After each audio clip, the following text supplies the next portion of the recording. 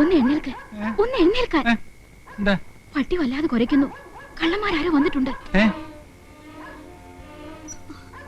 അച്ഛാ, ജനലിൽ ആരോ ഉണ്ടെങ്കിൽ എന്റെ ഈശ്വരാ. നീ അവളൊക്കെ എടുക്ക, ഞാൻ എടുക്കാം.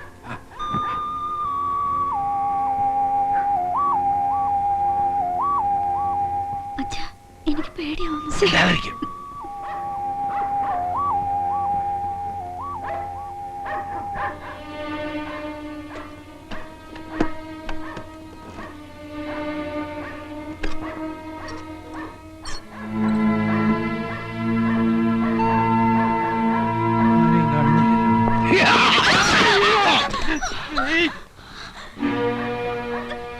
ആണെങ്കിൽ പോരുത്.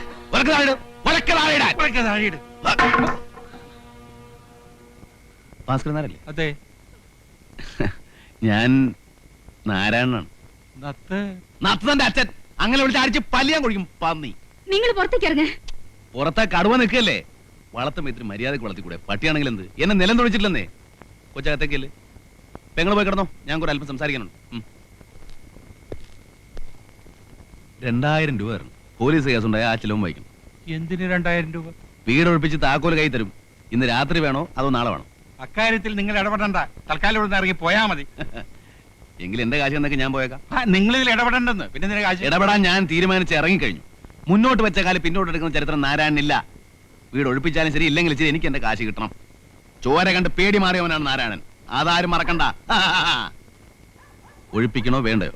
രണ്ടായാലും കാശിന് കുറവില്ല. എന്ത് തീരുമാനിച്ചു? എന്നാ പിന്നെ ഒഴിപ്പിച്ചിട്ട് എന്നാ പോരെ? മതി. ഇന്ന് വേണോ നാളെ വേണോ? നാളെ മതി. അപ്പോ പട്ടിയെ ചങ്ങല കിട്ടാൻ ഞാൻ വരാൻ കിടന്നോളാം. നിങ്ങൾക്ക് വാതിലടച്ചകത്തിറങ്ങി സുഖമായിട്ട് ഉറങ്ങാം. Okay okay. Okay. Good night. Good night.